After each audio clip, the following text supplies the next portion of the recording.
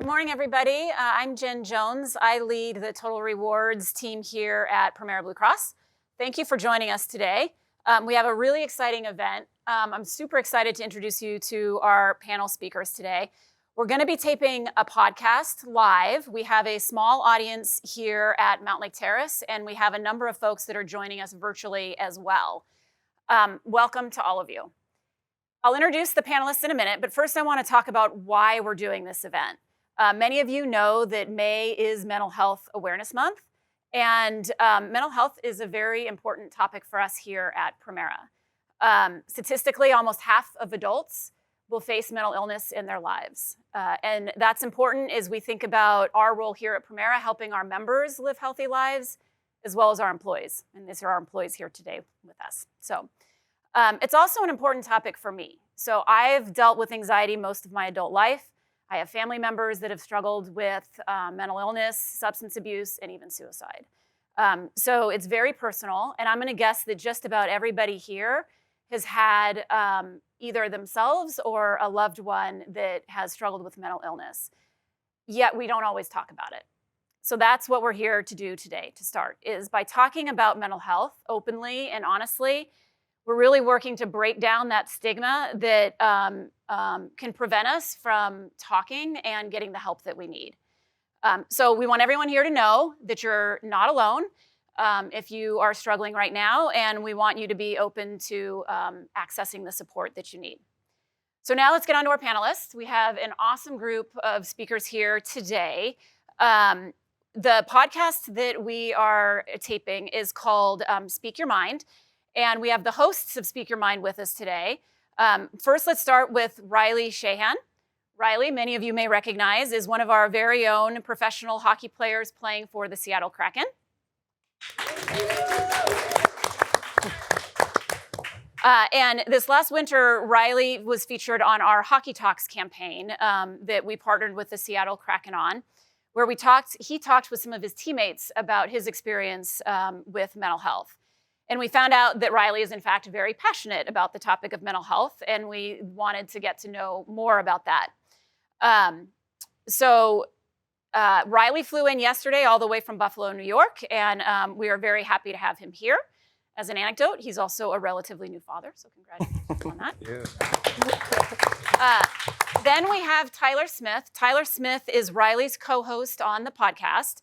Tyler is a former hockey player for the Humboldt Broncos, and that isn't Humboldt, California. I looked it up. That's Humboldt, Saskatchewan.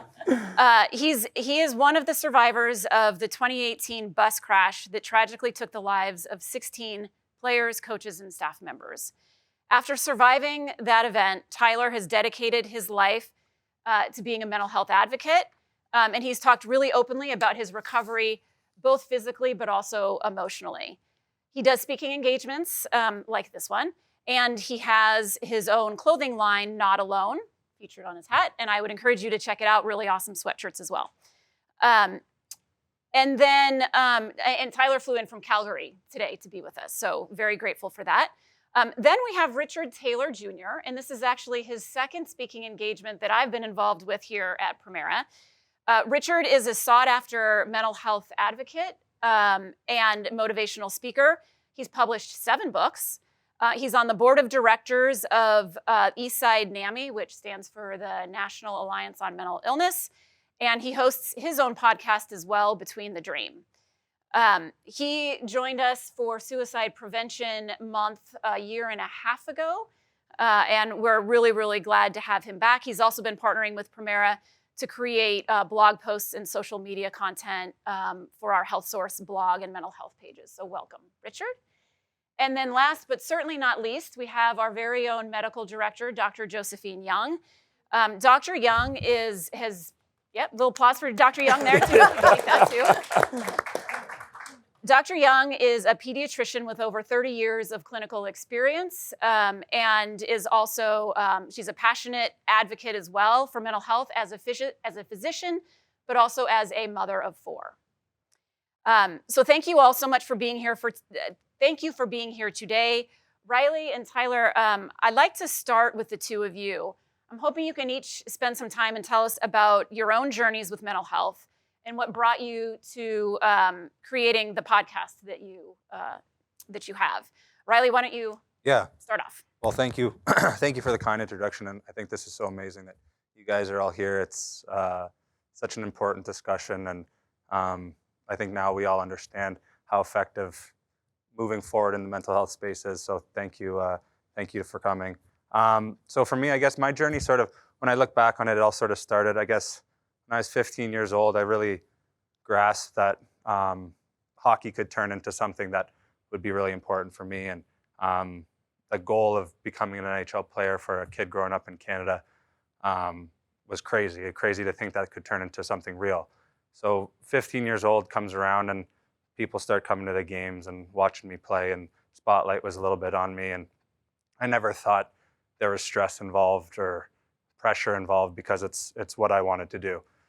So years go by, I ended up going to Notre Dame on a scholarship, and I get to Notre Dame, and I go through that little phase of homesickness where it was just bouts of really just anxiety and depression for a good week or two. And I get some help from my family and my coaches and some of my teammates, and it goes away. I don't think anything of it and continue on.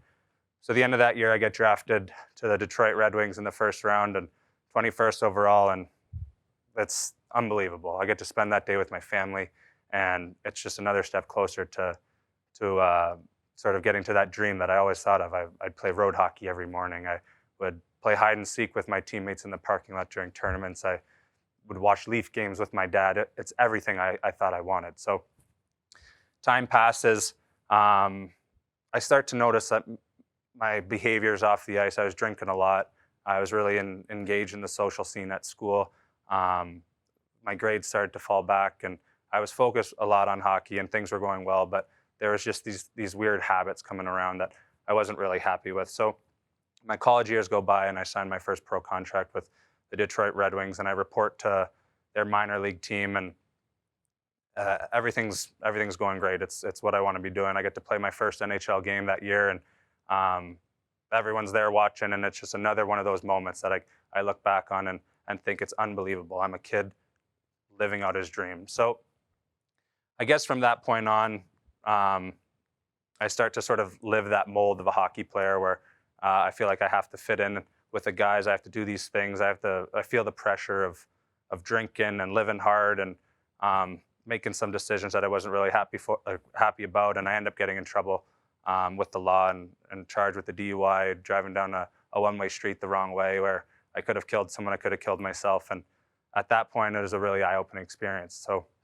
I look back, and what I didn't mention before that, I even got in trouble with the law at school doing some other stuff. And I look back at those habits, and now it was just an insecurity. I was just so not confident being in big groups of people with who I was as a person. I had no self-esteem that I could open up. I had no ability to open up to people and really get to know them and put myself out there because I felt like I had this pressure to be this hockey player. So I had sit-down conversations with my coaches and my GMs after that incident, and I almost blew away my dream of playing in the NHL, but they were nothing but supportive, which meant a lot for me. And I think from that point on, which was in 2012, it's just been a transformation of how I approached my mental health. And it has not always been a one-day fix where I'm like, okay, I got in trouble. I almost lost what I had worked so hard to earn. It's just a day-by-day thing, and I take many steps backwards, and then have to move forward. Dealing with getting traded a bunch of times, dealing with moving cities 5 or 6 different times, bring my girlfriend along, now my wife, and our baby along with me, and it's just been a constant battle. But when I came up and when I was 15 years old, I had no understanding that I was going to have to deal with these things because I was living a life that I always dreamed of. I was getting paid to play a sport that I loved.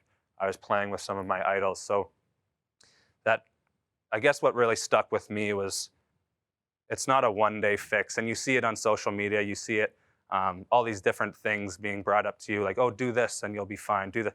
It's work. You got to put in work. And that's one of the biggest things I learned. So for Tyler and I to start this podcast, it was just another way of therapy almost, talking about what we're going through being able to bring on guests that have kind of experienced the similar things, it's been really important for us. And also just doing something that was a little bit uncomfortable. So I guess for me, like I said, that transformation of not fixing it in one day and kind of going day by day, leaning on those people close to you. I work with a life coach who pretty much is just a therapist, builds good habits. And I understand kind of when I go into certain situations, I might feel these certain ways, so I can be proactive. And that's probably the biggest thing that I've learned. Really, that's really great. I really appreciate you sharing that story with us. Your journey is going to be very different from Tyler's. Why don't we shift to you next, Tyler, and then we can loop back. I got more questions for you, Riley, later. Yeah, absolutely. To Riley's point, I think it's so refreshing to come up from Canada and be able to do something like this. I think it's my first time ever in Seattle, and I mean, beautiful city, but I mean, just to feel the fact that we're creating this space and creating this atmosphere, and we're not comparing our stories. We're just able to find common ground, and we're able to have these open discussions is super refreshing. So I'll get into my story a little bit. Yeah, it's crazy because I guess April 6, 2018 was a day that I do not remember, but it forever changed my life and a lot of people's lives. So our junior hockey team compiled of 17 to 20-year-old kids. We were traveling to our playoff game, and a semi-truck blew through a stop sign and hit us going 110 kilometers an hour, or I guess 80 miles, I guess it would be. And unfortunately, 16 lives were lost, and then that left 13 of us survivors.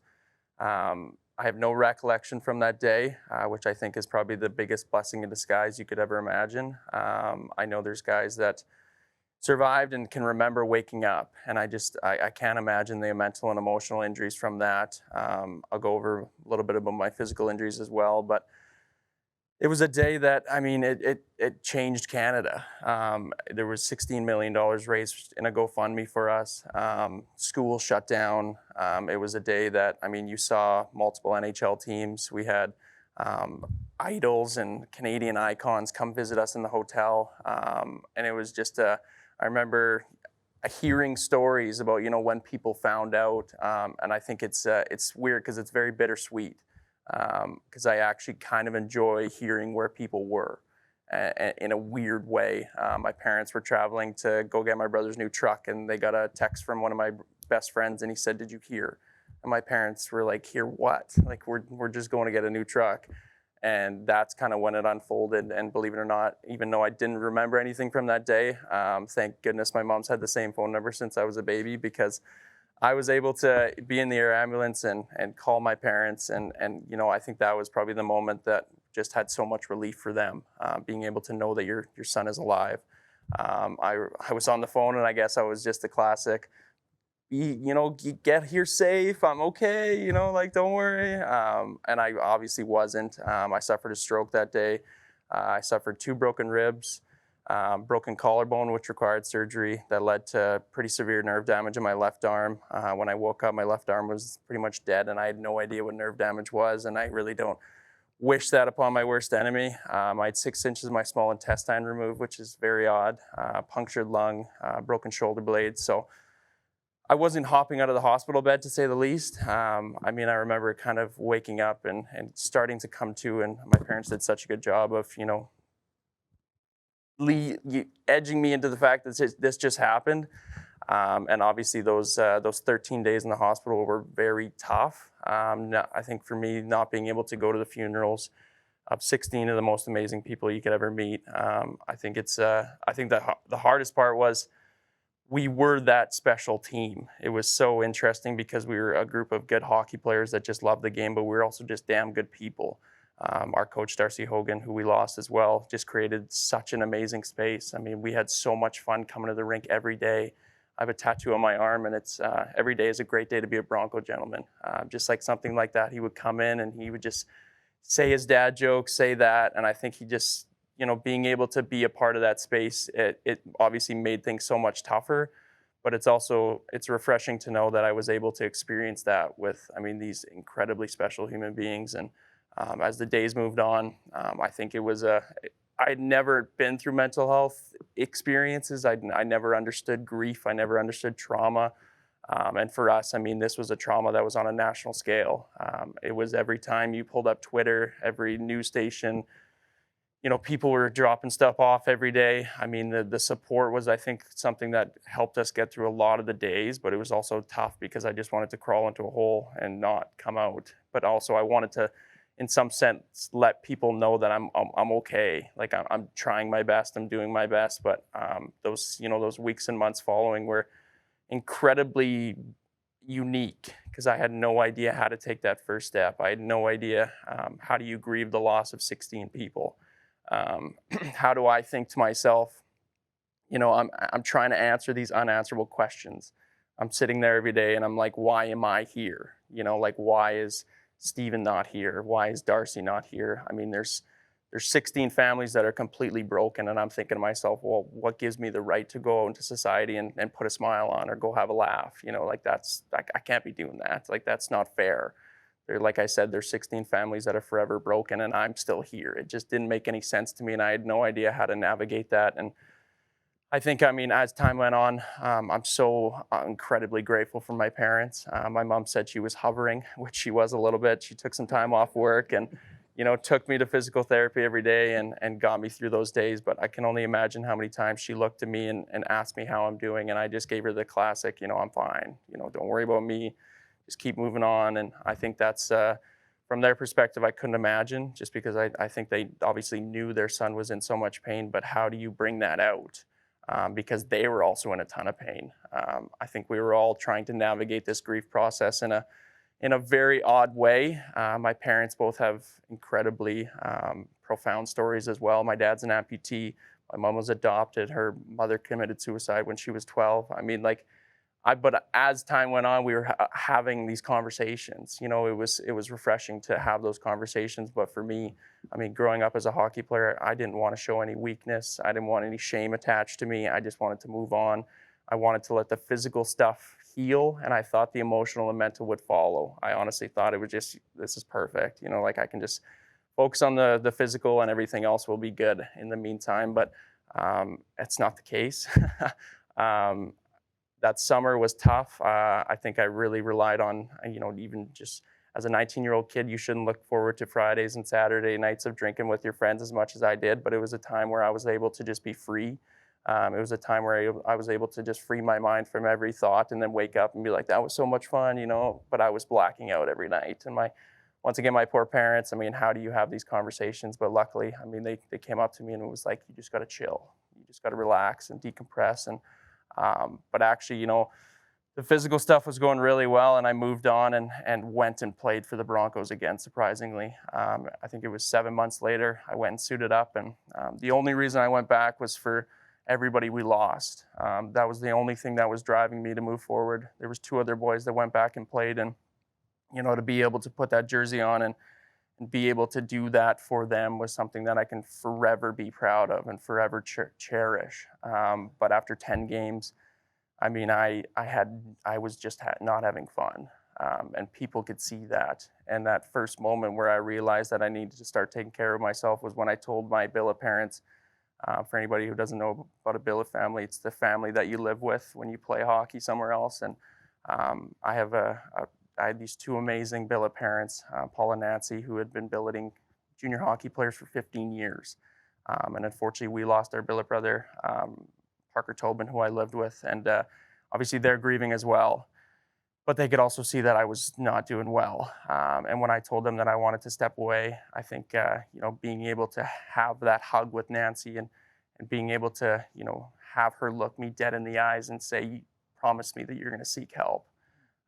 That was that moment where it was just like, oh my God, you know, like, I'm trying so hard to put a mask on. I'm trying so hard to suffer in silence.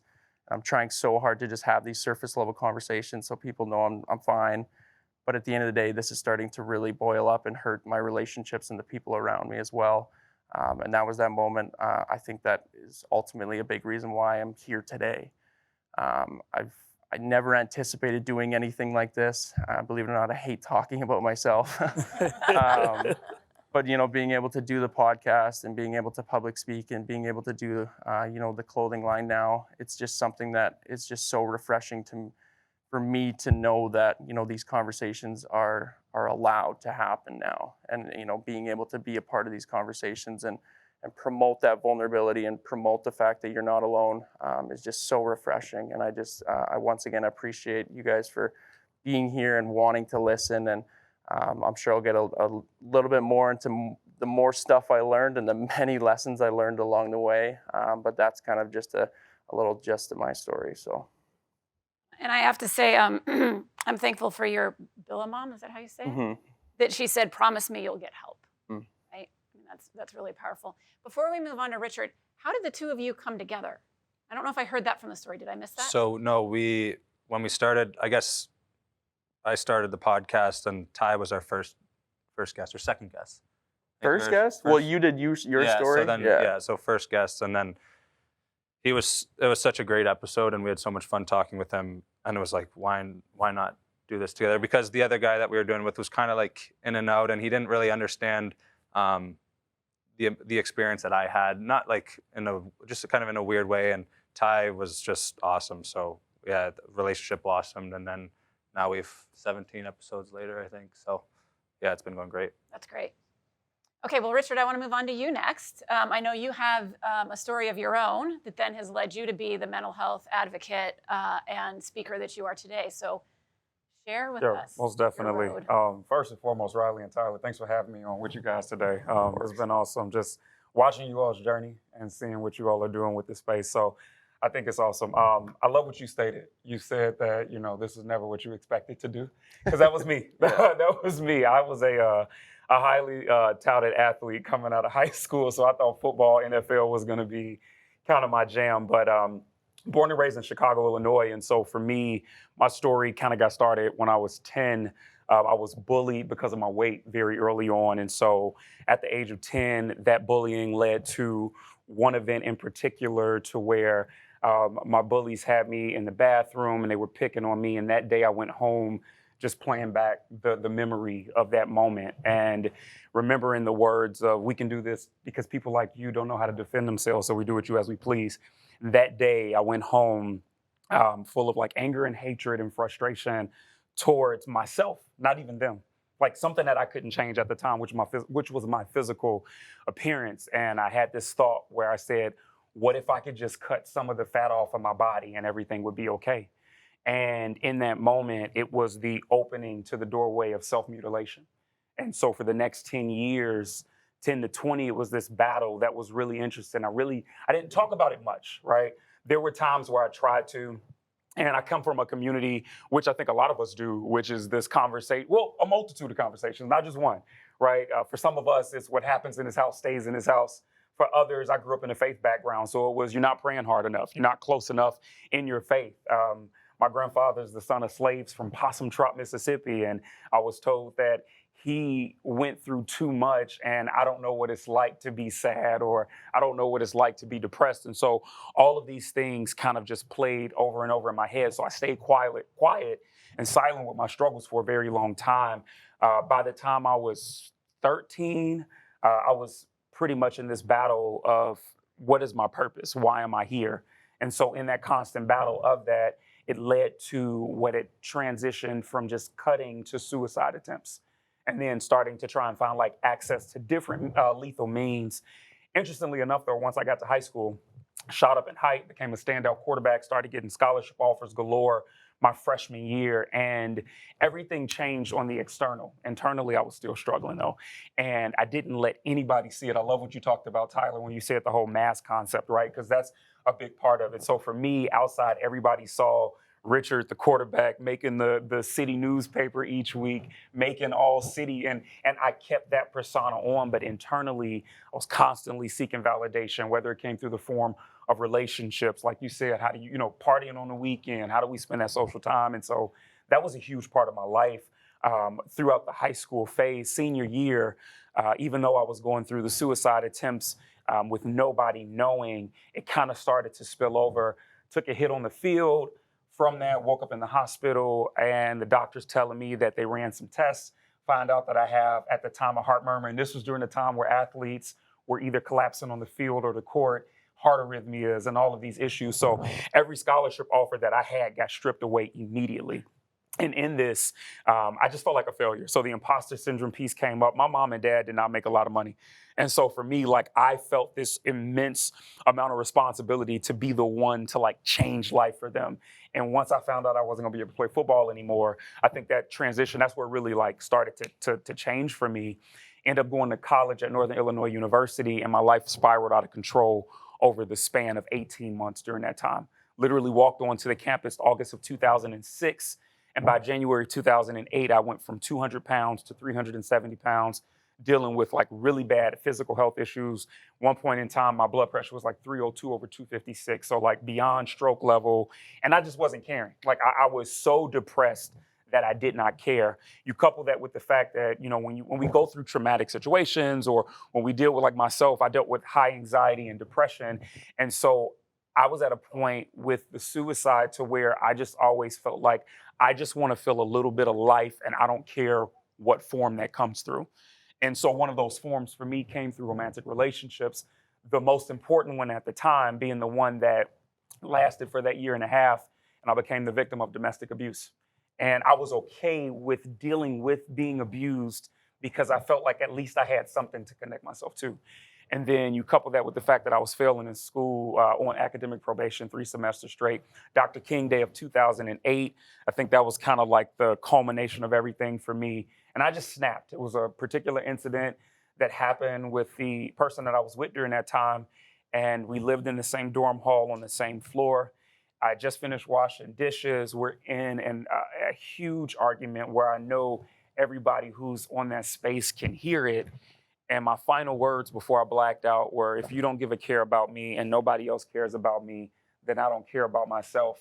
And I took the blade that I had just finished washing and went down my wrist 5 times, where the word love is now tattooed on my arm. And I woke up to a doctor cleaning me up, letting me know, Mr. Taylor, you tapped the main vessel at the top of your wrist and no blood would come out. And his next words to me were, you have a purpose in life and you need to figure out what it is. Little did he know, purpose was the very thing that I had struggled with for so long. And so in this struggle with purpose, I sat on that. The next day, my story made it to the school newspaper. It was out. My classmates knew. I know we're a little older. I mean, I'm with the TikTok and Instagram generation. Don't get me wrong, I am, right? But, you know, this is when Facebook was, you know, Facebook had just kind of started making its rise, and my story started making it through people's statuses. And for me, I was embarrassed. And so I said, I'm either going to do this again and succeed, or I'm going to drop out and go back home. I couldn't drop out and go back home because literally a week later, Northern Illinois University experienced what is now known as the Valentines Day Massacre, where a student from another college traveled up 2.5 hours and shot up the classroom hall that sat right across from the dorm hall that I lived in. And so it put me in this really weird predicament to where I had to face my demons. And I ended up staying in school, and the dean of students told me if I was going to stay in school, I needed to go and seek out counseling at our school's counseling department. And that's what I did. And from there, I started getting the help that I needed. And I fought it. Like, I love what you said about the whole thing. Like, this is a process, right? And so in this, I did not willingly say, oh yeah, I'm going to seek out therapy. Everything's good. That is not how this happened. I'm Stonewall first day sitting there just like, oh yeah, I'm fine, everything's good. I know I'm like, that was it, that was me. And I had this barrier up because all of those quotes that I had heard from growing up, you're not gonna let no shrink tell you about yourself. Like, all of that was there. And so it wasn't until I had actually let that wall down to see that it wasn't about somebody trying to tell me about myself, but rather an opportunity to understand how those experiences had led me to this point, but also to start getting the healing and freedom. And so from there, you know, I lost 170 pounds, and I said, if I can do it in this one area of my life, maybe I can do it in these others. And so just started tackling them little by little. The weight, the mental and emotional are so connected. I know we got a chance to talk about this before we got started, but that was a huge part of it. I was able to graduate from college. And from there, I've always been a natural, like, people person. I love people. I want to see people do well. And I didn't realize that all of the little forced Easter speeches that I had to do at church in front of people. I'm a singer too, so like I got my start singing in front of people, so speaking was never like a thing, like an issue. But I didn't realize that all of those little buildups would lead me to the work that I'm doing now in this space as an advocate and taking these best practices and saying, hey, this is how we can move forward together. And so for me, my goal is not only to simplify the conversation of mental health for people, but I like to use my story as hope to bridge this this gap that's been there for so long for people to seek out help. And then in this, for us to mobilize, to realize that life is one, worth living, two, that we're not alone, and three, that I think in this, we deserve to be able to see what a full, healed self looks like. And so that's a little bit about me. Thank you all again for having me. You talk fast. I was trying to take my notes real quick. That was like a He's done this before. yeah. That was a post though in and of itself. The life is worth living, and excellent. All three of you have amazing stories and very different stories, which we talked a little bit about. You know, everybody's story is different. Dr. Young, I'm going to pull you into the conversation here. As you listen to these stories, how do you reflect on what you've seen, both as your role as a clinician, but maybe even your role as a mom? No, it's interesting. You can't be in the presence of such authentic stories without sort of, you know, for me, bring my full authentic self to this conversation. So I'm gonna throw you a tiny curveball and tell you a little bit about my background. So I think I'll explain a little bit why I'm so passionate about mental health, and especially for teenagers. And so growing up, you know, immigrant to the US and always did well in school. And we moved right when I was in 6th grade, moved into a school, Southern California. And all of a sudden, the fact that I was Asian was this perfect storm of, you know, bullying. And it got so bad that the principal actually sat me down as a 7th grader and said, we recognize the bullying is really bad. We don't know how to stop it. So maybe you should consider changing schools. And they had this conversation with me without my parents, and my 13-year-old self responded and said, there's no guarantee that any other school is going to be any better. So I've seen the worst of what can be here. I'm staying. They weren't necessarily happy with that, but there we were. And I came through that feeling relatively unscathed. That was quite a delusion. And so I focused on being a really good student. You know, my identity was built on that, because the way for me to leave that situation was, I'm not going to focus on them. I'm not going to try to fit in to where people don't see me as a part of them. And so I'm going to be a really strong student and all that. So fast forward, go through high school, valedictorian, blah, blah, blah. And I get admitted into this accelerated program that's, you get admitted to college and medical school at the same time, do everything in 6 years. And I get there, and all of a sudden, bam, I get hit with everybody else is as smart, if not a good deal smarter than I am. And all of a sudden, all the self-doubts of my whole identity built on, I'm a strong student, I got it all together. And I didn't. I absolutely did not. But heaven forbid that I go seek help, because this is now in the 1980s. You didn't go seek help.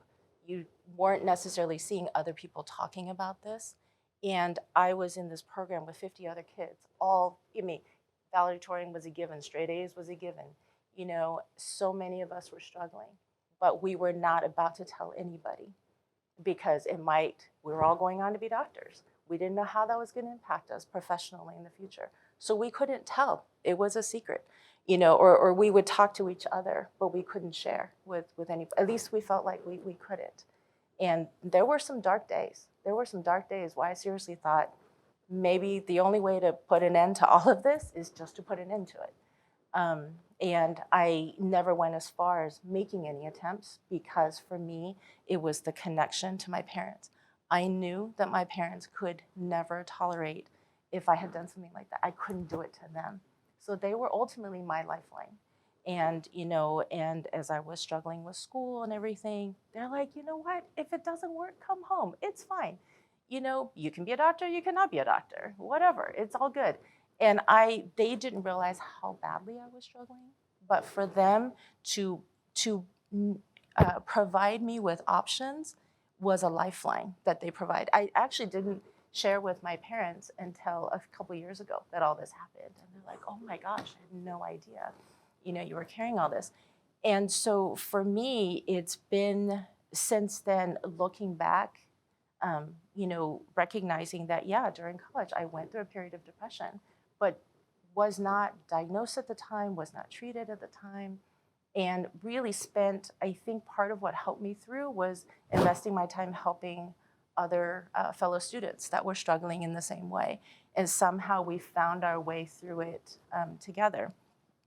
And so then, going forward as a clinician, talking with teenagers, sort of seeing them in similar places, the pressure that they put on themselves, it's helping them constantly see options because, choosing to end a life has to do with, in that moment, not seeing any other options but this path.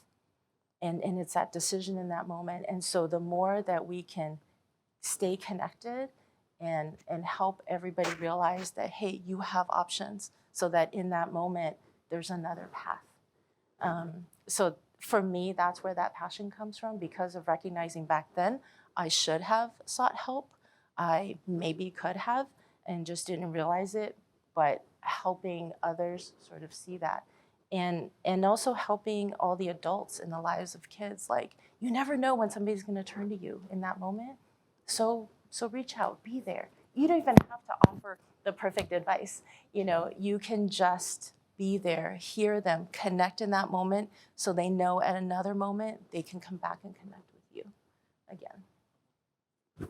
And has that experience that you had in college then, obviously it shaped you as a person, but then now as you're a clinician, now helping teens, I imagine that lent to your ability to help Absolutely. your patients. Absolutely. It's being there with them in that moment and really exploring what it is about them. Because for each individual person, as you hear, everybody has their own story. Everybody in this room has their own story that shapes their experiences and viewpoints. And so, in working with the teens, it's really understanding where they're coming from and helping them see that, going to see a therapist, seeking counseling, it is a matter of getting skills. I literally said to my patients, I'm recommending that you go see a therapist, not because I think you're crazy, but I think because there are some skills that you could really learn from a therapist to help you deal with the things that you're dealing with. And we get through this point now, there will be other things that'll come up later. And so it's really building your toolbox. And not every therapist can build that with you in the same way. And so try out different people. If it's a fit, then great. If it's somebody you feel like you can't have a real conversation with, then don't bother. Find somebody else. And I know finding somebody is hard enough, but finding the right person is important. And being able to have that conversation. And, to that end, it's really also giving them an option and thinking about it. So oftentimes what would happen is, a parent would bring in their teen, the teen would sit in the corner on their phone, the parent would be talking to me about everything that's going on, and I look over and say, hey, just so you know, listen a little bit, because I'm gonna check with you to see if you buy any of what they're saying. And so after the parent says everything, I'm like, okay, is there anything else you want to add? They're like, no. I'm like, great. I'm going to invite you back out to the waiting room, and I'm going to talk with your child. And so then we have a conversation, like, okay, so what do you think? What do you think about what was said, all of that? And I hear their opinions. Sometimes they're like, yeah, they're right. Other times like, no, I don't, I'm fine. There's no issues. And so then we kind of talk about, so what are we going to do? Because either there's the recognition that there's something going on with them, to which therapy would be helpful. And I think in other times they're like, the issue's not me, it's all them. I'm like, okay, great. You're still gonna have to deal with that. So, are you willing to talk with a counselor to start to sort some of that out? And we can certainly bring your family, your parents into this from a family therapy standpoint, because none of this happens in isolation. I don't think I've ever had anybody turn me down to go see a counselor in the end, because it really was about, it's not that your problem and you need to be addressed. It's like, here's something we can look at together, and how do we build your resilience? How do we fill your toolbox so that you're ready for the next things that come on in life? And Riley, I love what you said about, this is not a quick thing. you know, there's some days that are good and other days that you know, are rough. And so, you know, coming back to myself for a second, so back in last fall, I had 2 really close friends pass away within 2 weeks of each other. And that was with both of them entering hospice at the same time over the previous 6 months. And it just sort of like all happened really, really fast. And so I was sad, you know, all the grief and all the things you would expect. And then all of a sudden, I went through this period of just like feeling super anxious. Never in my life had I felt anxious. I just, all of a sudden, out of nowhere, like I couldn't breathe, I couldn't focus. I'm like, what is going on? This is insane. And then finally, I'm like, that's it. I'm gonna go find a therapist. I need help because I cannot figure this out. There's nothing more aggravating than the doctor not being able to diagnose themselves. So I found a therapist and we just started talking and eventually realizing that, wow, anxiety can be a manifestation of grief. I was like, did not see that one coming. And all of a sudden, like, rather than trying to, you know, process my grief or get over it or whatever it was, I just decided to embrace it full on and just feel all the emotions that went with it. Because, you know, with every loss, I'm sure as everyone's experienced, it sort of brings up memories of the previous losses and it just compounds itself. And, you know, I had lost my dad kind of all of a sudden a couple years before that. And my brother, I was with him his last days, you know, a few years before that. And so it just all kind of came in this huge flood. And so if I'm like, okay, I am just going to trust this and I'm just going to lean into it. And I just cried and cried over all kinds of things for a period of time. And that actually really, really helped address the anxiety feeling. Now I'm still, you know, left with the sadness of the grief. But even just all of these experiences, you know, have helped me realize like how complex this is. And how when we limit ourselves and say, well, I'm gonna go to the doctor and take care of my physical stuff, but the mental health stuff, no, I can deal with that myself. You know, that's probably, it's really the reverse. We are probably least equipped to deal with the mental health pieces. And I think, you know, what we, from a clinical perspective, I feel like all the clinicians have the responsibility to make it as easy as possible for people to come in to get their sinus infection treated as it is to get their anxiety addressed or their depression or just that sense of, I don't feel right, I don't know what's wrong with me, and not have it be like, oh, it's all in your head, get over it, you know, kind of a thing. And so how do we continue to open up those spaces and have those really safe, authentic conversations? Yeah, I know. I've always joked with folks that if I, you know, told you that I had tendonitis in my elbow, you guys would be like, oh, that's nice, you know, whatever. But if I came in and started off a conversation and said, yeah, I'm really anxious, I'm really depressed, Yeah. you know, people are going to kind of not know what to do, and it makes it difficult. But I think the more conversations we have, the more we realize that we all have a physical health and we all have a mental health. Mm-hmm. And we need to take care of both. No matter where you are in the health to illness spectrum, we need to take care of both for sure. And we're all in one body, you know, no matter, it's one physical body, it's one, you know, it's one mind and heart all together, so. So, and I'll ask this really for anybody to comment on. It seems like I was at a conference recently where they were sharing some statistics about depression in particular. And they were sharing that over the last 2 years, some of the numbers have really skyrocketed. And again, partly because I'm a mother of teens that are knocking on young adulthood, but also as I think about all your stories, all of you had, you know, the beginnings of issues and, you know, trouble starting in your late teen years. But it was as high as 70% of 18 to 24-year-olds that were reporting moderate to severe depression. And do you think that that's, I mean, some of it, you know, we kind of suppose is partly because of what we're going through with COVID and a lot of change. But is that partly because more people are talking about it, or do you think that the prevalence has actually gone up? I guess from my experience, like I just see like it's so easy to compare yourself now. And I mean, you have social media and like you have people posting and you're allowed to make yourself look like a fake version of themselves. You go on LinkedIn, you can see everybody's resume of what they've done in their past. And it's so hard to not compare yourself to that person. And I think like even for me as a hockey player and it's like a constant push to get better. You want to get better, and so that means I'm going to be comparing myself to the guys that are better than me, and then I'm going to be always searching how I can get there. But that's not healthy. Like, there's so much to just being like, you talk about being grateful, being thankful for what you have, the position, everything you've worked for. Give yourself credit. I've learned a lot about giving yourself credit for what you've earned, and I think that's helped me be a little more at peace for what I've earned, I guess. Yeah, I think even with like the giving yourself credit, I had a tough time like celebrating the small victories. Like even like some days, like just like getting out of bed, it's just like so like you can celebrate that. Like some days, like truly. That's right. And I think even like for me, I mean, the healing aspect, like I just wanted to rush everything, and I think we're in such a rush world, and it's so hard to just for people to just like decompress.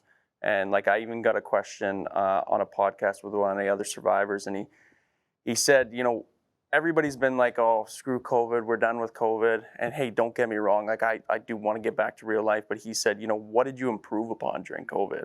And I was like, wow, like never really thought about that. And honestly, like I can say now, like for the most part, I can be content with my own thoughts and just sit there and not have my mind constantly spinning and not, you know, trying to do this and make sure I'm doing this and that. And I think it's just like both of you kind of said, like embracing the good and the bad. As tough as it is, like, I mean, by no means am I saying I've embraced the fact that, you know, we lost 16 amazing people, but I think now I can embrace the fact that they're still here, you know, like they are with me, and I can look up through my sunroof and I can be like, hey guys, you know, like miss you, what's going on? You know, like I can have those chats. And I think to go back to it, I mean, just like finding what works for you and sticking with that. And I think with our youth, I mean, I am a little bit terrified just because it has been tough. I mean, I can't imagine even just like the high school, the sports. I mean, losing that hope and losing those kind of expectations of what's going to happen has been, I think, very eye-opening. And I have talked about, you know, how fragile I think our youth are going to be coming out of this. So, I mean, being able to create that space where like their emotions can be validated and those conversations can be validated as well is something that, I mean, I have learned throughout this, and I think we all are continually learning how much has changed. But yeah, that's kind of what I took from it. Jen, I think to your question, it's both. It's a little bit of both, right? So we are in this space now where it's like, hey, mental health awareness, so people feel comfortable being able to open up and say, oh my God, yes, I've been sitting on this for so long, I struggle too. But then on the flip side, I mean, COVID was the biggest gut punch that I think we've all taken, you know, unexpectedly over the last 2 years. So that being said, it specifically to the 18 to 24 piece that you mentioned, you know, that's identity phase for so many, right? Like we're transitioning out of having people tell us how to be, and now we're having to figure it out on our own, right? And so you couple that with the 2 years that we've just experienced, and it's like, I really don't know who I am, right? The isolation piece has increased. And so I think with that being said, as we make people aware, and to Riley's point about the comparison, like COVID put us in a position to where we got a chance to have to sit and pay attention to people's lives on social now, right? We get a chance, too much screen time. I hate my iPhone right now because it tells me exactly how much time I've spent every Sunday at the same time, right? Like, it never fails. But that being said, though, too, I think that to that, you know, we've got to be able, I love what you said about creating those like spaces. And I think in this, because we know that both are on the rise, the prevalence and also the conversation of awareness, like what does mobilization look like when it comes to, hey, now that we've talked about it, how do we start to heal and deal? How do we start to learn so that we're not as fragile, you know, coming out and understanding that we are capable and strong enough to be able to handle this. So I do think it's that balance of both and being able to now curb that enthusiasm from it to like push people in the right direction forward.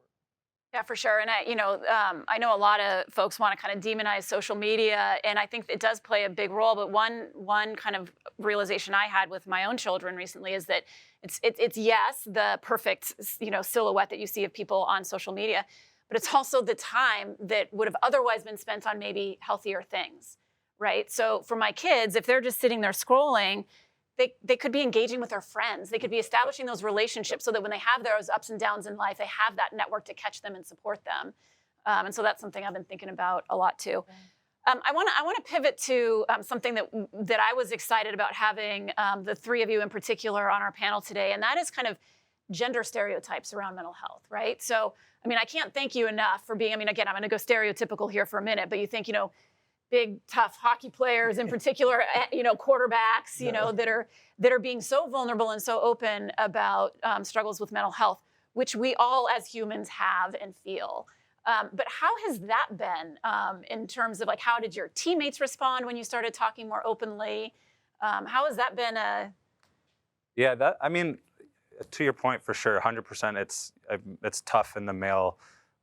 You go golfing with your buddies and you hit a shot, doesn't go too far. They go, "Did you hit it with your purse?" Or something you get all these little slogan, I hit the ball pretty far. Yeah. No one ever says that. Yeah. But just for me in my past, I actually did get a lot of help when I did approach my team, which was I was very thankful for, because I think if I didn't, then things probably could have gone in another direction. But it's super intimidating to bring that up to your teammates, because you don't want to put your problems on anybody, and it's a really intimidating experience. But I think for me, after I got in trouble that time when I turned pro and I got the DUI and I didn't know what was going to happen, the best thing that happened for me, or one of the best things that happened for me, was my captain. His name's Jeff Hogan. He brought me into his home, and he gave me a room in his basement. He had 2 boys at the time, 2 little boys that would come down and play mini sticks all the time. And then he just sat me down and he had some conversation with me about his history coming into the league and stuff that he had dealt with, and it was kind of very similar.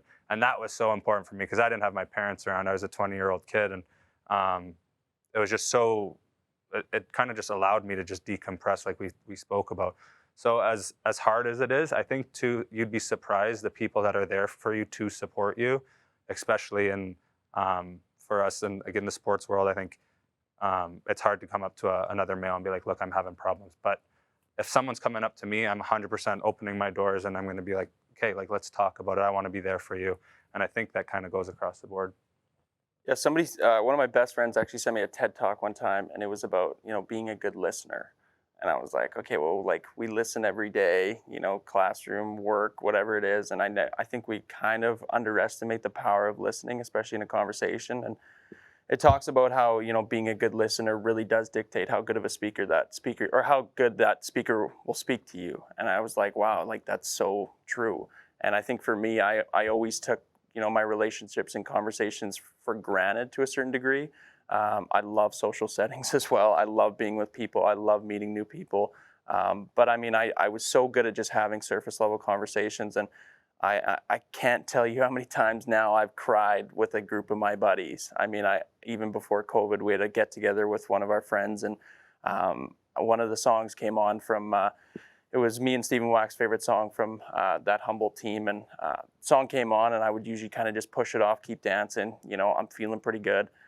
But this time, for the first time, I stepped away. I went outside, I sat on the front porch, and I can't tell you how amazing it was to see probably 4 or 5 of my big, burly, buddies. I'm talking big dudes, fighters, like farm boys. And they literally just came and sat with me and just wanted to know what's going on and, understand a little bit more. And I think just something like that. I mean, I always had this misconception that you can't be doing that. My dad's the epitome of a man. My dad can fix anything. My dad's an amputee. He continually inspires me. He'll do anything.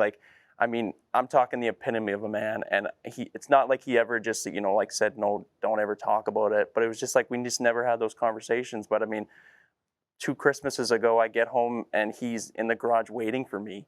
And we just have this really meaningful conversation. He breaks down, I break down, and it's just wow, our relationship is getting deeper and deeper and stronger just because we're allowing ourselves this time and space to express these emotions and have these emotions, and also have these emotions validated just because we're allowed to. As men, I think we're always taught, don't cry, don't express your emotions. But I mean, to be able to now look back and think about how many times that I've just sat around with a group of friends and we've all just shared our stories and just, strengthened our connections and strengthened our relationships. I mean, I think it's just something that has been so profound for, at least for me.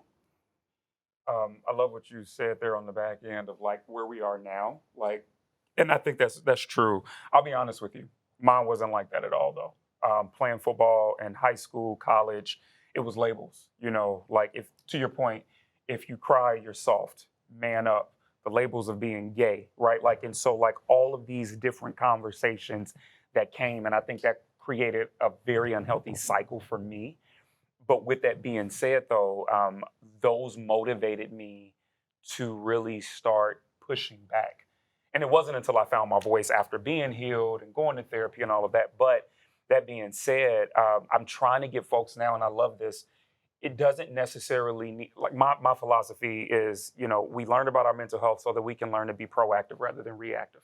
And I think within this, it shouldn't take a traumatic response to an experience for us to open up our hearts and carry empathy, specifically around the social status that's been put when it comes to athletes or men in general, right? Like, and so to that point, the response wasn't great for me at all. And I battled for a solid 10 years, constantly going back and forth and questioning. And once I started doing this work within the realm of working with athletes on the mental health side, I noticed that was one of like the big red flag areas immediately.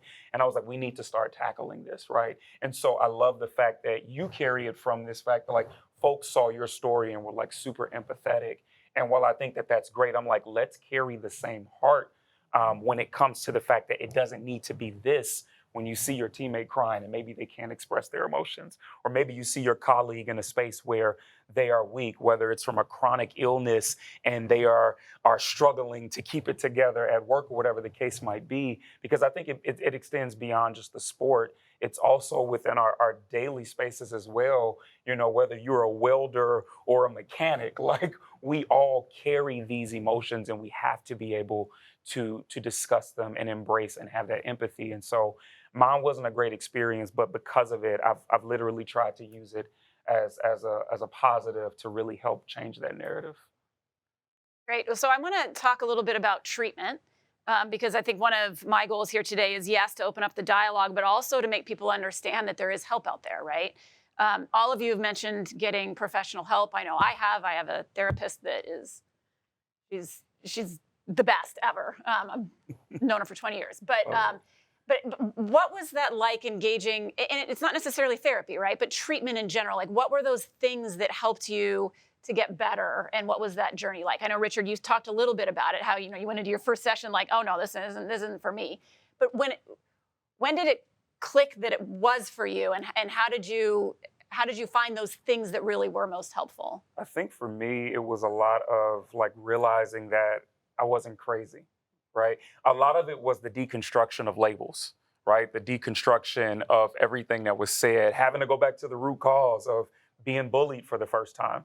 I think a lot of times when people say things to us or they do things to us, it's very easy for us to put on the cloak of those words, to carry them and start to believe them about ourselves. And so that deconstruction that came through therapy was a huge part of it. And then I would also say too, for me, practices around being able to embrace a new outlook on community, giving people a chance, because I had started to close everybody off. I became highly isolated. And that's hard for somebody who's an extrovert. Like, I bounce off the walls, y'all. And so for me, like, and I love people, but I got to a point, if I can be honest, where I started hating everybody around me, even individuals that didn't do anything.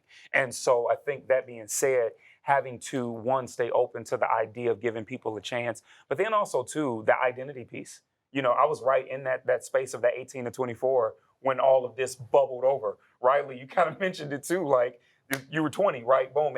And so in that, it was having to really start to look at myself identity-wise through the help with the therapy, understanding that I was more than the labels. I was more than the diagnosis. My life still had a purpose, finding that value and that worth. And I think those practices that came in, my therapist made me look in a mirror every day for 6 months straight and say something positive about myself before I walked out for the day. I didn't believe anything I was saying at the time, right? But that being said, over an extended period of time, what you started to notice was that you really had to start looking at what you were saying and ask the questions, well, is this true about me, right? And so I think that those were some of the like real easy, simple practices that helped me. Riley, I know I listened to your podcast in prep for this, and I know you mentioned that you journal sometimes as a therapeutic. Yeah, no, I felt like writing down for me was like very helpful to me. Definitely in those times where you're feeling these symptoms and these effects more, writing down things, even similar to you, Richard. I work with a life coach, and he just said every morning and every night, write down, like we call them I am statements. So it's like, I am this, I am that, I am that. And eventually you start to pick up on them. And some of them related to hockey, some of them didn't relate to hockey at all, just life, like about my relationships and things like that. And it really helped me just kind of nail down who I wanted to be and how I wanted to feel. So therapy was always big for me. And I think just when the doctor told me that, he's like, you have some signs of depression and anxiety. And I had no idea, like when I was 20 years old, I had no idea that I was going to feel that way, because like I said before, I was living out my dream. Like this was, why should I feel this way when I was in such an amazing spot and I was so fortunate? So when I heard that, it was like, okay, I am this, I embrace it. And it's like, okay, how can I get better? And I think that was really important for me, especially at that young age, to be like, okay, let's work now, take these strides forward, so now I don't have to feel like this or make those feelings a little minimal. Well, I want to go to the audience, because I see that we have some questions that some of our virtual audience has posted. And so the first one that we have is actually a comment, and they want your reaction to that, which is, no one will allow themselves or anyone else to decompress. It comes across, or I've heard that it's lazy when we take time for true downtime. Any reactions to that? Yes. So I just did a professional development conference last week with a group out of DC, and this was actually a huge part of the conversation. And it's true, right? Like, I think though, and we've got to take advantage of, I think, the opportunities that we have around us, right? What I love about Premera is that you all do a phenomenal job when it comes to like, how can we start to open up not only the conversation, but hopefully some of those actionable steps that we can help our staff and our community. And I think to that, I would encourage us as a people to leadership specifically, right? We've got to obviously be more empathetic, but I think too, just understanding that we're all human, right? To your point of, we all have a mental health. And I think with that being said, my reaction is that you're not lazy. And I think that we need that reminder. We have to do a better job of showing ourselves grace and compassion, understanding the fact that we are human and we do not have, I'm not even going to say all the answers. We don't have 25% of them, right? And so that being said, we are all going through this journey and this struggle. You're not lazy. Here's my final thought on that. You can't pour from an empty cup, right? And so I think with that being said, I'd rather you battle and wrestle with that thought of being lazy than trying to come in and bleed out on those that you're supposed to be a help to, and you can't because of the fact that you're not taking time for you. So it's not selfish, it's not lazy, it's literally you giving yourself an opportunity to be refilled so that you can be here for the long haul. Can I add as well? Yeah, I think that's, I love that. Riley knows I'm a big quote guy. And one quote that, has continued, I probably said it on the podcast 5 or 6 times now, but one quote that has continually kind of resonated with me is, mental health isn't a battle to be won. It's a journey to continue walking. And I think for a lot of us, we always had, for me at least, I had this misconception that, there's a magic formula and I need somebody to come and show me the guidelines and do this, do that. But it's realistically, find what works for you. Even, giving yourself time, it doesn't have to be you literally lay face down on the couch. Like, it doesn't have to be that. Even for me, going out for a walk and listening to, even a different podcast, surrounding myself in a conversation that actually isn't with me, but is allowing myself, time to be like, this is neat, like to be able to hear a new perspective and to be able to click with something or somebody that I never thought I'd click with. That's important. And I think, like I said, there's no magic formula. And I sometimes I do wish there was, and I think a lot of us do, but being able to embrace the fact that this is a journey, like Riley said, and also the fact that this is hard. This is tough, and there's no timeline on this. And I think just, that everyday thing, I think who all of us involved in the accident know all too well that, you never know what tomorrow is going to bring. Tomorrow isn't promised, so just remember to love. And when I say remember to love yourself. It's always about compassion, and having compassion for other people, and I think that's important. But a friend sent me an article about self-compassion, and I don't think a lot of us have, really used that word, to be able to look at yourself and understand that, if you have a mistake or you're feeling off today, you're allowed to. You're allowed to experience those blips. You're allowed to experience those little, tough days and those little times when you're, not feeling it or you think you're lazy. I mean, that's okay. Give yourself that time.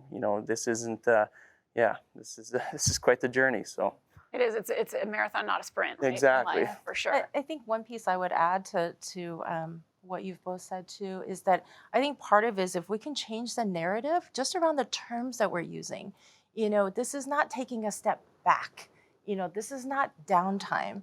We're actually taking this time to make progress. This is a step forward to how do I know myself better? How do I help myself refuel and show up in the best version of myself that I want to show up as?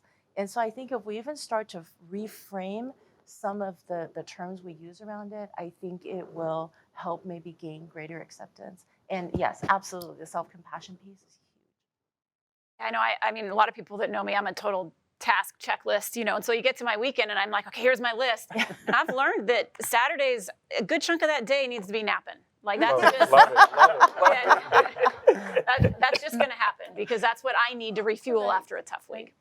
So I want to remind the folks here, if you have any questions, feel free to come up to the mics. I'm going to take another question from our virtual audience. And this has to do with your identity as a parent or as a new parent. So I know we have a new parent here. And then obviously, Dr. Young, you mentioned that you have 4 children, so you can probably relate to this as well. What advice do you have for parents that are struggling with their mental health or sense of identity? I think that many parents of young children struggle with finding themselves again, right? I mean, it's a major, major life transition when you... I actually typed in and wrote that. Oh, you question. did? No, I'll let you answer because you obviously... No, I go ahead But and offer I your guess perspective. the one thing I think that I've learned, because my wife is absolutely amazing, and she's been so so forward-thinking with how we're going to raise our child and children, hopefully, in the future. But what she kind of told, she sent me a podcast to listen to, and it resonated with me. It was just the idea of conscious parenting and being able to sit with your kids and like tell them like it's okay to feel these emotions. And like when your kid's in a toy store and he wants a toy, but he's not getting a toy and he's freaking out, just be like, I understand you don't like you want this toy, but I understand you're feeling like this, but we can't do that right now. And just really be able to relate with them. And that was one piece of the parenting venture that resonated with me and that I will try to do with our boy. And then for me now, like related to the mental health struggles in terms of raising him, it's helped me so much to grow my bond with her, especially as we were playing. As our son came in December, so I was playing and my wife would let me nap and she would let me sleep through the night, worried about my performance. And then that finished, and now it's like full on daddy duty, and it was an eye opener for me. But it was really important for me to lean on her and learn from her and not be so proud that I want to do things my own way. And she's helped me a ton. So I think the bond between us is something that is really, it's strengthened since the child, obviously, but just relying on her has helped me a ton. I love that. I absolutely love that. I mean, because it's such a partnership in that, when I think about sort of the early years with young children, I think as a parent, you have this feeling of, oh my gosh, I have this life that I'm so responsible for. And whatever mistake or misstep I take, it's going to like affect them for the whole rest of their life. And oh my God, I'm going to ruin my child's life before they even start, those kinds of things. And a hefty dose of self-compassion. Recognize that you're human, just as we've grown up and recognized that our parents were human.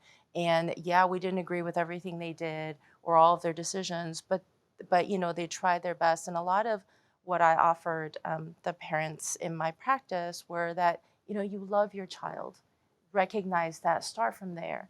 So in that instinct, trust that instinct of the things that you want to bring into their life for them. And then when you do have a misstep and they're old enough to have that conversation, admit that you made a mistake. Ask for their forgiveness if need be, but acknowledge it. Don't just sort of like, well, maybe they'll forget about it. Maybe they didn't notice.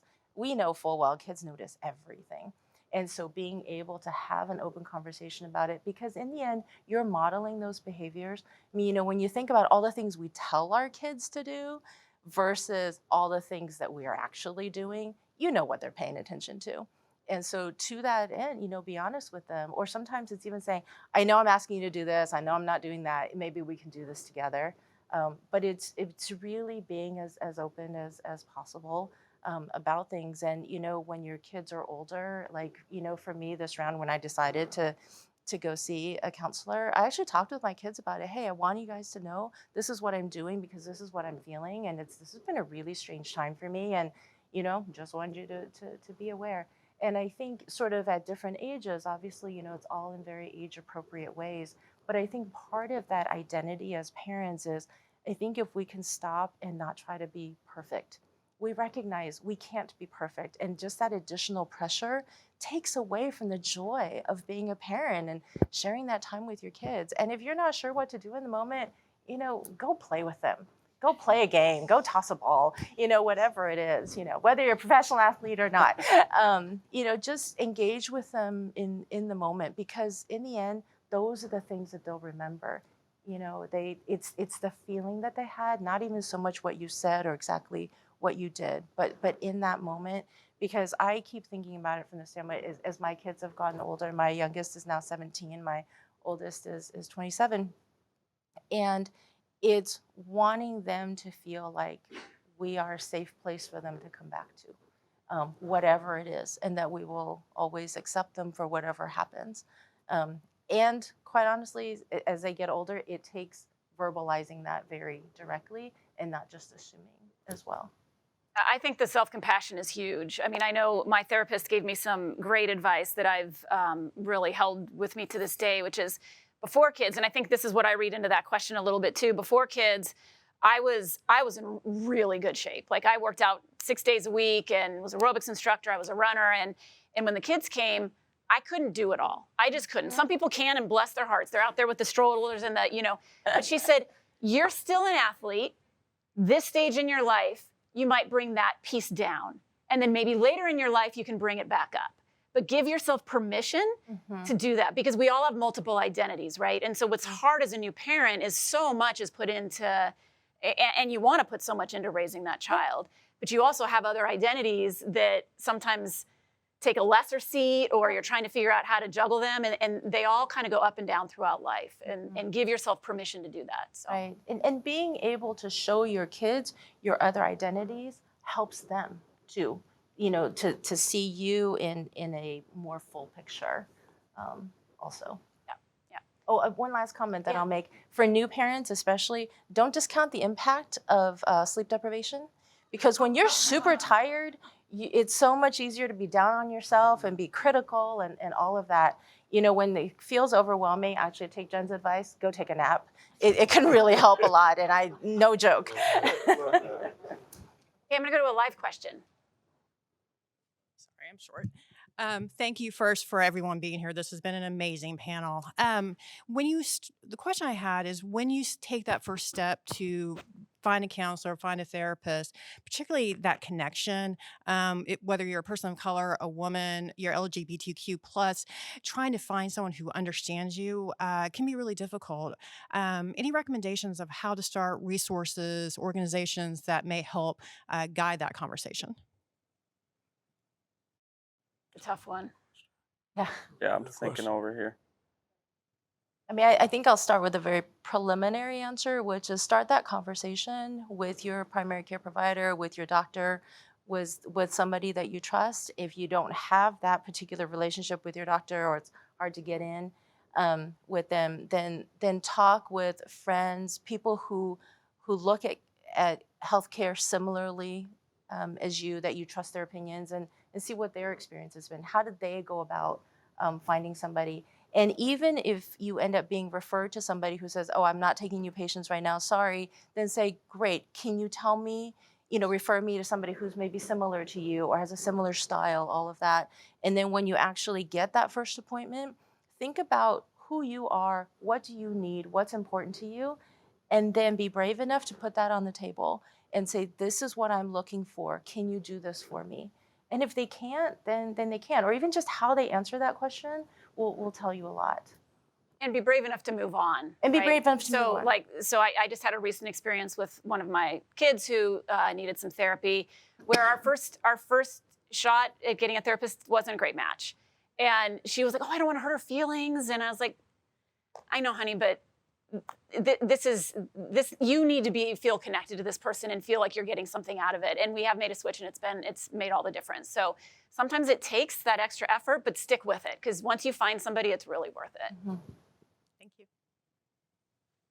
Okay, let's go to another virtual question, and then I think we have someone queuing up here in the room as well. What can we do for our youth, especially young boys, to break down the male stigma? I have 2 boys, 12 and 10.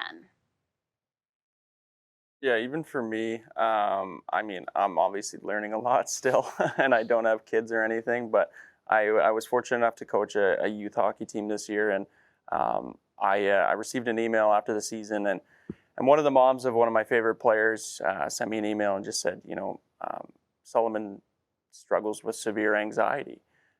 And he came to me after one of the first practices, and he says, Coach Smitty struggles with mental health too. And I think just, hearing that after, going through a season of, you could recognize that he definitely deals with anxiety, and it's, in crowds, it's tough sometimes for him. But I mean, to see the transformation as well was super refreshing. But to hear that, I think it's just a case of, once again, not being afraid to have that conversation, and not even just have that conversation, but to just spit it out. I mean, you never know when somebody needs to hear something. You never know when somebody needs to see something. You never know when somebody needs to listen to something. And I even had a speech one time with a group of 13 to 14-year-old hockey boys, and this kid the whole time was looking down. I checked him out. I was like, this kid does not care what I'm saying at all. And luckily, I ate my words. I kid you not, probably 3 minutes after the speech, he messaged me on Instagram and completely opened up. And I think it's just a case of, you'd never know. So just be able to empathize with them. And especially the empathy is a huge portion as well, because, I mean, we had a chat with a psychiatrist, Dr. Emily Anhalt, and I always get this conversation after, how do you have these conversations, or what's the best way to do, and it's honestly just a case of empathizing with them by, sharing a little bit about your own story as well. I mean, it's been so, like I said, it's been so incredible to have these conversations with my parents now that, I mean, I'm not saying we neglected to have, but unfortunately it took a pretty traumatic event for us to have these conversations, but I think not holding back, and also understanding that as minor as your story may be, or as major or whatever it is, I mean, your story still matters. And it's a case of, it could be as small as possible, and it could still have a profound effect on that child. You just never know. I mean, like I said, I'm still learning a lot, and I have many years of hopefully dealing with youth hockey as well, but that's just kind of my take on that. I love what you said there, Tyler. Like, my philosophy is over 7 billion people in the world. So with that being said, like, your story, no matter how big or small, is going to connect with somebody in some way, shape, or form. A few things come to mind with that. So you talked about the empathy aspect. I think as we empathize, one of the things I would encourage with empathy is that, specifically with young boys, validate their feelings, right? So when they express emotion, when they have those moments where they're showing vulnerability, how can you take that opportunity to validate them, right? Not demonize them, not say, let's X out the man up, because that's where the stigma comes from. You talked about verbiage. Yep. How do we change our narrative? How do Yep. we change and relabel what we say? And I think this is a huge part of it. So when given that opportunity to do so, what do you choose to say in that time that will say, hey, you know what? I want to invite you further into this space, or I guess vice versa. Invite me into it to where, I want to know more about how you feel. And in that, I think that there's a very healthy way where we can validate what they feel from a standpoint of you're feeling this, but also separate it from the fact of who they are. That way, we're not just validating feelings to say, yeah, you feel this and you're depressed. No, we're not labeling you. We're simply saying you feel something for a reason. Now, let me help you start to navigate this so that we can get down to the nitty gritty. I love what you said too about within that. I'm always looking for opportunities to lean in.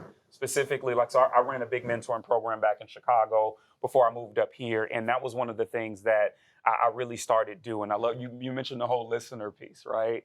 And one of the things that I think we can do specifically with our young men is that they might not necessarily open up all the time. So we need to probably lean in a little more in those moments where they give us just a small rod, right? Like, we got to catch the bait quick. We have to. It's true. And the reason why is because of the fact that they don't open up much. But here's the thing. If we can take the bait when they do open up, what we have now is an opportunity when they open up the next time, they've got a little bit more of a feeling of comfortability and safety to where they start to open up even more. And in this, we start to build this safe space essentially to where they know I can come here and I can actually fully be myself in this. And I think with that, it gives us an opportunity to where we don't have to ask questions as much because our safe space, so to speak, has given them that opportunity to know without a shadow of a doubt, this is where I can come. You know, there's always that tip. This isn't a new tip. I think a lot of parents know this, but when you're in the car is another good time to have more emotional conversations with your kids because you don't have to make eye contact. So if you got those young boys that maybe don't want to, you got a quick little opportunity there. Another question in the room. Thanks. So I appreciate you guys talking about your journeys out of a traumatic event. I'm curious, as we're coming out of pandemic, and maybe that's part of the issue, I've been wrestling with this both as individual, but also as, friend, coworker of, oh, it's over. No, it's not over. Oh, it's getting better. Oh, it's actually getting worse. And kind of the start, stop emotional feelings, either that I'm feeling or that are felt when, here at work or interacting with family.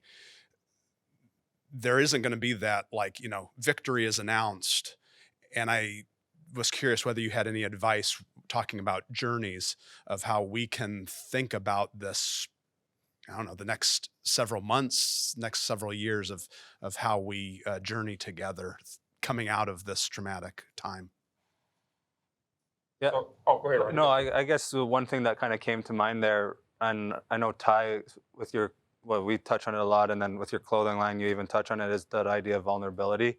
And I think I remember reading a paper actually when I was at Notre Dame, and it was talking about vulnerability, and they're just saying there's so much uncertainty of what's going to go on, and it's one thing that I've grasped and it's helped me is you're going to have days that are good, days that are bad. You're going to lose people that are close to you. You're going to have COVID that just turns your life upside down. You're going to all these different things that are just inevitable and chaotic, and it's just how you can fit in between those times and how you can sort of live between those times. And the one thing that stuck out to me about the article is when I think we spoke about this already, but you come into the world so reliant on your parents and people that are close to you, and then you all of a sudden start going through this span where you become isolated and you think you can do it all by yourself.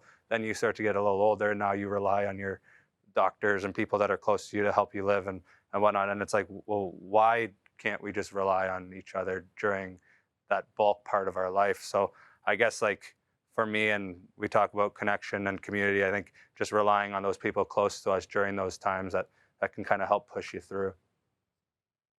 I was going to say to that, the therapist who did the foreword for my latest book, we were on this conference last week together. She said something that really hit me. She was like, sometimes trauma isn't the event, it's our response to it. And that really hit me just in a way where I was like, wow. That being said, it led me to this thought of, even though we can't control the situation, the one thing that we have power over is how we control ourselves in the situation, right? And so to your question and to Riley's point, I think through the journaling aspect, right? What I love about journaling is that it gives us an opportunity to start noticing our own patterns. Good, bad, ugly, and different, whatever, right? But in this, though, with the patterns, we get a chance to see how we respond in different moments. And I think between getting that chance to see identity, showing yourself grace, embracing community, that could be a really healthy combination that will allow us to say, hey, whatever comes within this day, I'm making a commitment that I might need to adapt.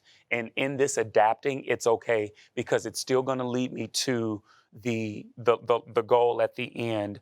But for now, how can I just find hope within where I am in this span of this day? And I think when we can take that approach, what it does is it kind of pulls us away from our expectations that we have. And maybe just, even if it's for 10 minutes, right? You get that little small break to say, I know that my schedule today probably looks like I got meetings galore and I'm not feeling like it, but where's my window where I can breathe? Where's my prep on the front end before I go into the day? What little moments can I come up for air in between it? And then what's my plan for once I'm done with this? That way I can kind of be restored. That's really how I've been approaching the last 2 years. And I found it to be really helpful in those times where I got my plan and my expectation and it don't happen. And instead of just like throw the whole day away at 10 o'clock in the morning, I'm like, no, like, you know what, we can adapt to this. So I'm sad to say this, that we are down to our last 3 minutes together. It went by really, really quickly. I want to just ask for kind of last, if you go back to either when you were in your most challenging moment, or if you're thinking about those listening that might be going through a particularly challenging moment, last words of advice? Geez, I'll keep it quick. I think to kind of touch on both your questions, the biggest kind of eye opener I had with my therapist was every time I went in, I was always talking about, like what I've been doing, but also like I really focused in on like, how my relationships are and like what those people are doing. And she always kind of came back to the fact that, okay, but this is you. This is your life. You're allowed to take those steps, and you're also allowed to just, focus in on you every once in a while. And I think that was just kind of a very eye-opening thing for me to realize, because I care so much about people that I sometimes kind of get lost in that translation of, trying to figure out how best to nurture this relationship so I don't lose this person in my life. But I mean, she also shared a pretty important quote once again. She said, for me, obviously, the Canada-wide spotlight was a huge thing, but she said, your spotlight can be the light at the end of other people's tunnels. I kind of switched it to, your story can be the light at the end of other people's tunnels. And I think that's just something that I always rely on. Last thing, with a clothing line, I have a hoodie on the back that says tomorrow isn't promised, remember to love. I was in Boston doing a live podcast with Riley. A guy came up to me at the bar and he said, I'm surprised I'm still here. And I just really thank you for that. It's just like something like that. You just never know. So that's my last thought. Riley's probably gonna close us out, so I'll be quick too. I mentioned hope a second ago. That would be my last piece. There is hope. I think for us though, how can we reframe our ideology around hope, right? For some of us, hope during this time and maybe over the last 2 years has looked like the fact that you were able to just get out of bed and turn your computer on to be present for the day, right? But you're sitting here now in this room, you're watching live. Like, that is hope. And hope is going to look different each day. But I think in this, how can we reframe our mindset to say, while I have this big expectation, there are baby steps in between that are going to lead me to it. So let me focus in on where I can find hope in those small moments. Yeah, I mean, these guys hit the nail on the head. And I think like what I was talking about with the vulnerability thing has been huge for me. And then what I hit on when we first started is just, it's constant work. And it's just like the way you go to the gym and you get your cardio in, get your strength work in and stuff. You got to be devoted to putting in work, and you got to lean on those people around you. And you shouldn't be ashamed of that, because I think if people close to anyone in this room were to come to you and ask for help, you'd be arms wide open and you want to help them. So I think we can look at the people in our lives the same way and go from there. Thank you. Well, thank you to our panelists. I'm just going to close with a few snippets that I heard all of you speak. Life is worth living. You're not alone. It takes work. You can't pour from an empty cup, and it's a journey. So with that, I just want to thank everybody who came out here today. I'm super grateful for all of your time today. I think it was a fabulous discussion. And thank you, everybody.